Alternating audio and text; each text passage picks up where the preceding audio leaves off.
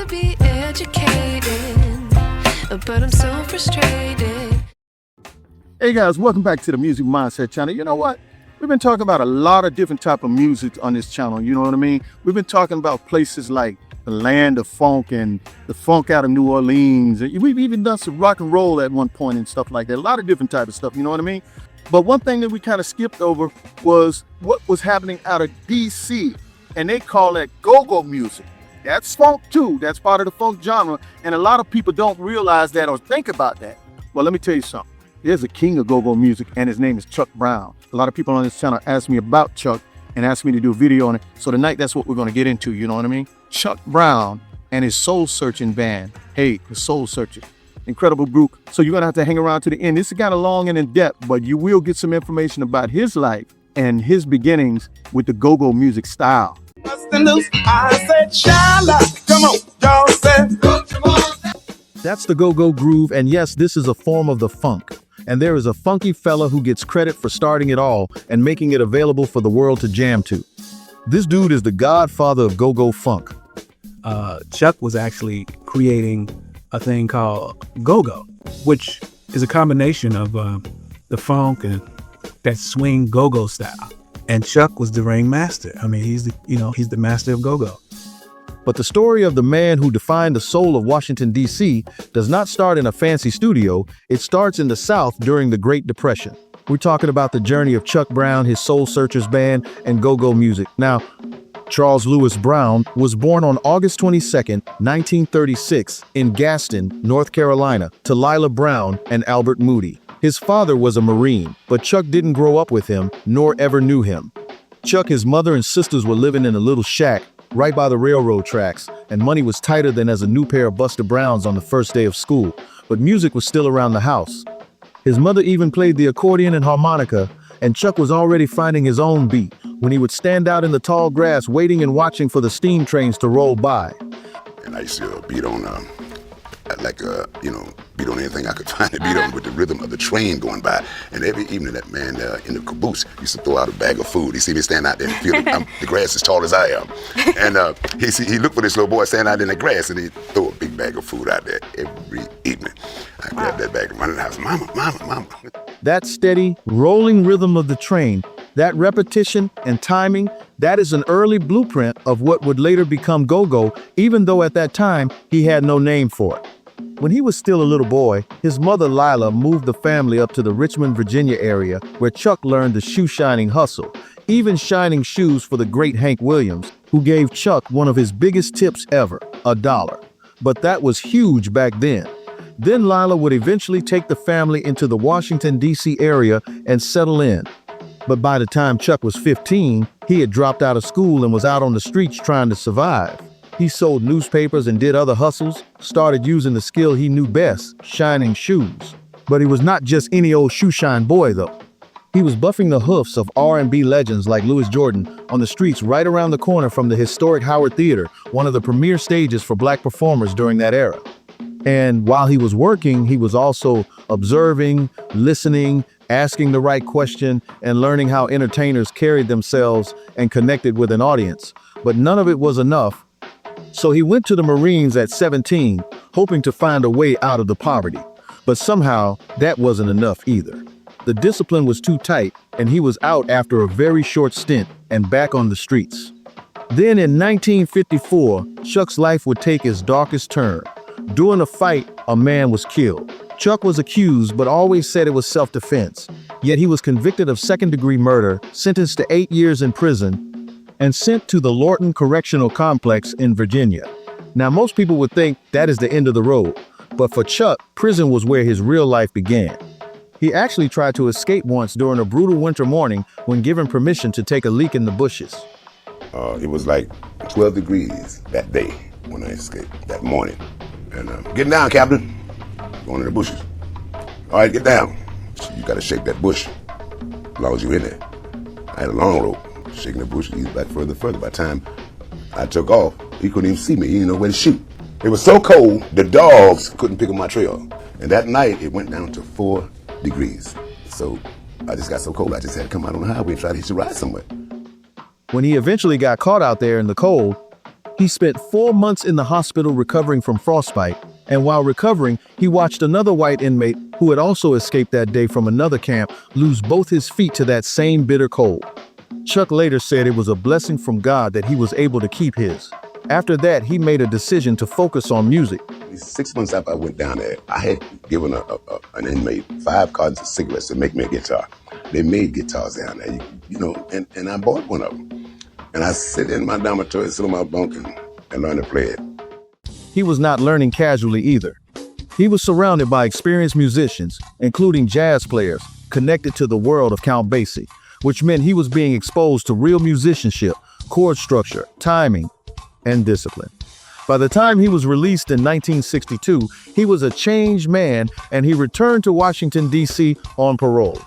But because of parole restrictions, he could not work in places that sold alcohol, so he worked as a dishwasher and eventually became the first black waiter at Duke Zybert's restaurant in D.C.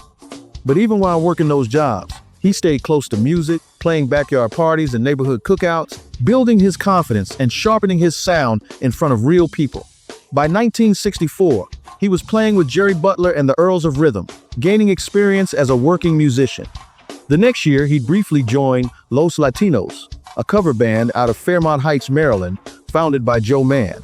This is a critical turning point in Chuck's development because this is where he absorbed the layered percussion, the congas, the cowbells, and other pieces, creating the syncopated rhythms that would later become a defining part of go-go music.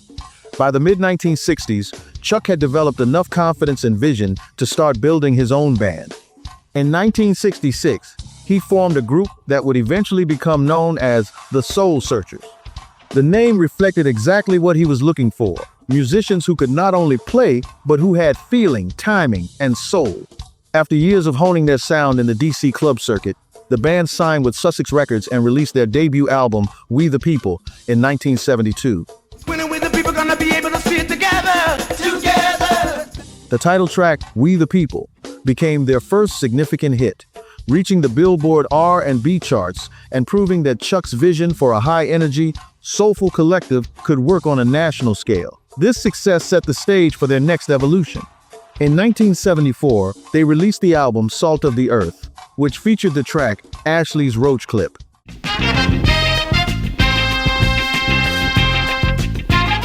This was just a funky instrumental, and while it wasn't a massive pop hit at the time, it had this distinct drum break that would go on to become one of the most sampled loops in hip-hop history.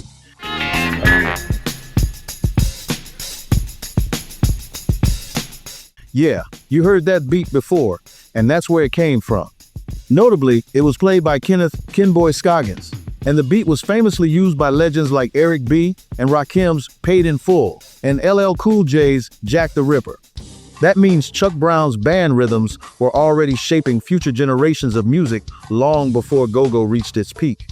As the band continued performing live throughout the mid-1970s, Chuck began to notice something important. Every time the band stopped playing between songs, the energy in the room dropped, and people would leave the dance floor. That observation led to a simple but powerful decision. He told his band to keep the groove going continuously, eliminating the traditional pauses between songs. That changed the game, and was now the thing to do.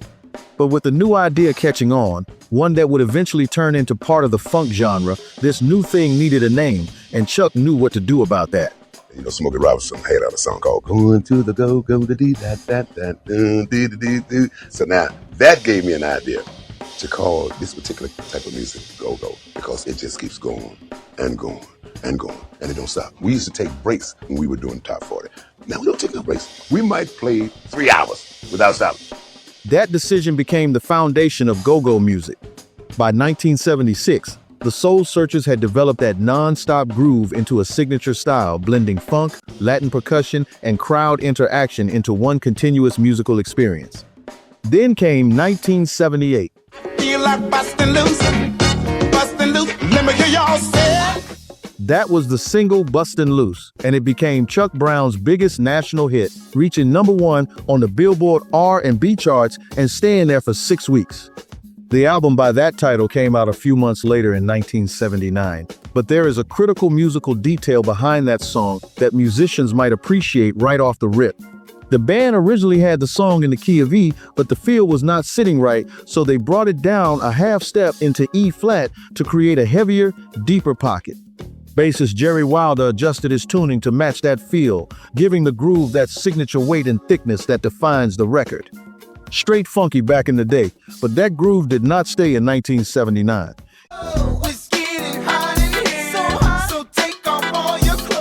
Years later, it was sampled in Hot in Here by Nelly, produced by the Neptunes, bringing that same rhythmic foundation into the early 2000s and introducing Chuck Brown's sound to a completely new audience. Now, I got just a little more story, but let me stop here for a minute to show you and make sure you understand what makes a song real go-go or not. Now, don't get me wrong, go-go has evolved and comes in many shapes and sizes, but there are a few things you always have to have. So I'm going to open up the hood of Doing the Butt by the band EU from 1988. If you don't know, they were a DC funk machine and perfect example of how the Go-Go Pistons spark. They were following Chuck Brown, so they had his go-go feel down pat. With every go-go song, the drummer and percussion has to sit straight in the pocket with absolute control.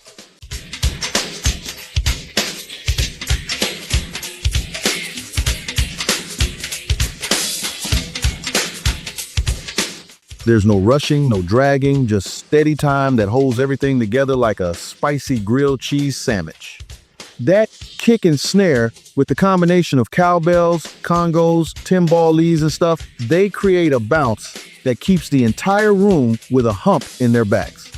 Locked into the funk, and if any of them lose focus, the entire room is going to ask him to get the freak out of the building. This is a real music conversation. Now, the bass, one job.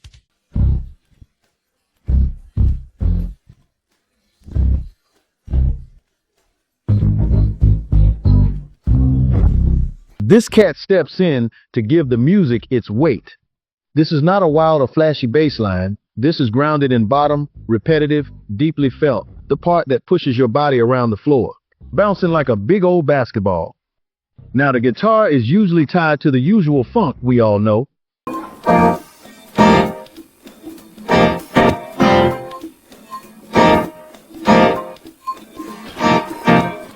Shanking on dominant seventh chords, or scratching to accent what the pocket is doing, reminding you where funk came from. Yeah, man, James Brown, with a bounce beat. Then you have the horns.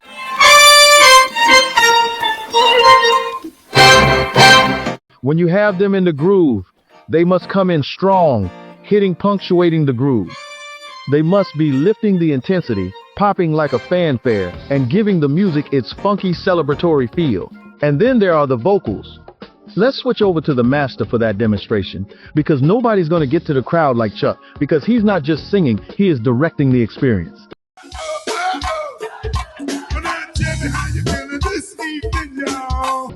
This brother is the king of turning the performance into a live interaction, and the crowd becomes part of the music. The call and response is not optional, it is essential and kind of mandatory. That is what transforms go-go, from just club party music to a whole living concert, a shared experience. The world is still catching up to this whole go-go thing, but DC don't care. They always got something to do this weekend. Now, let's finish Chuck's journey. By the early 1980s, go-go had taken over Washington, D.C. Records like We Need Some Money in 1984 became local anthems, reflecting everyday life in the city, while live recordings like Go-Go Swing Live in 1986 captured the raw, unfiltered energy of those performances. At the same time, a new generation of bands began to emerge, inspired directly by Chuck Brown and the foundation he created. Groups like Rare Essence, Trouble Funk, Junkyard Band, and if you don't know anybody else, you know the EU joint we just went over. They all carried that sound forward, each adding their own variation, but all rooted in the structure Chuck established in the beginning. Now, about Chuck's personal life, he was a family man, married to a nurse named Jocelyn. But sadly, he also experienced a deep loss when his son, Charles Jr., suddenly passed away. That kind of pain stayed with Chuck for the rest of his life, and it influenced the way he approached both how he lived going forward and his music. Yeah, he maintained a disciplined approach to performance, running his band with a standard of excellence similar to James Brown, expecting precision, consistency, and professionalism from every musician on stage. Even later in his career, Chuck continued to evolve. He received a Grammy nomination for the song Love, featuring Jill Scott, showing that his influence extended beyond go-go into broader R&B. And Washington, D.C. recognized his impact in a lasting way, including the designation of Chuck Brown Way, honoring the man who helped define the city's musical identity. But then, in early 2012, Chuck was hospitalized with complications from pneumonia.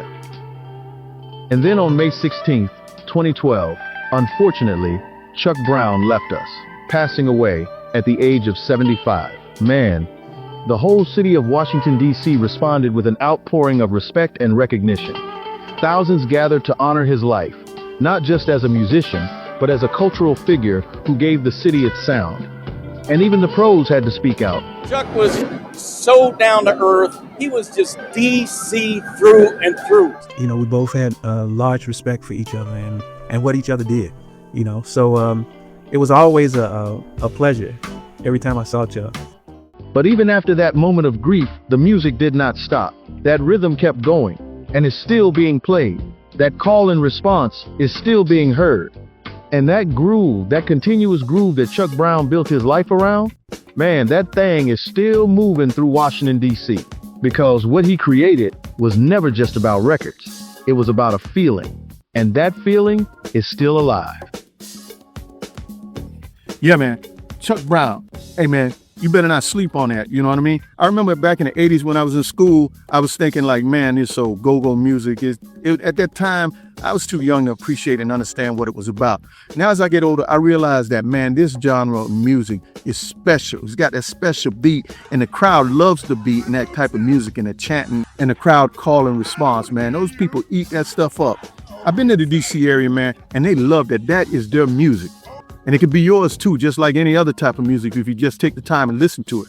But hey, on the Music Mindset channel, that's what we do. We try to introduce you to new stuff. And I hope you appreciate this thing, guys. And I'll see you next time on the Music Mindset channel.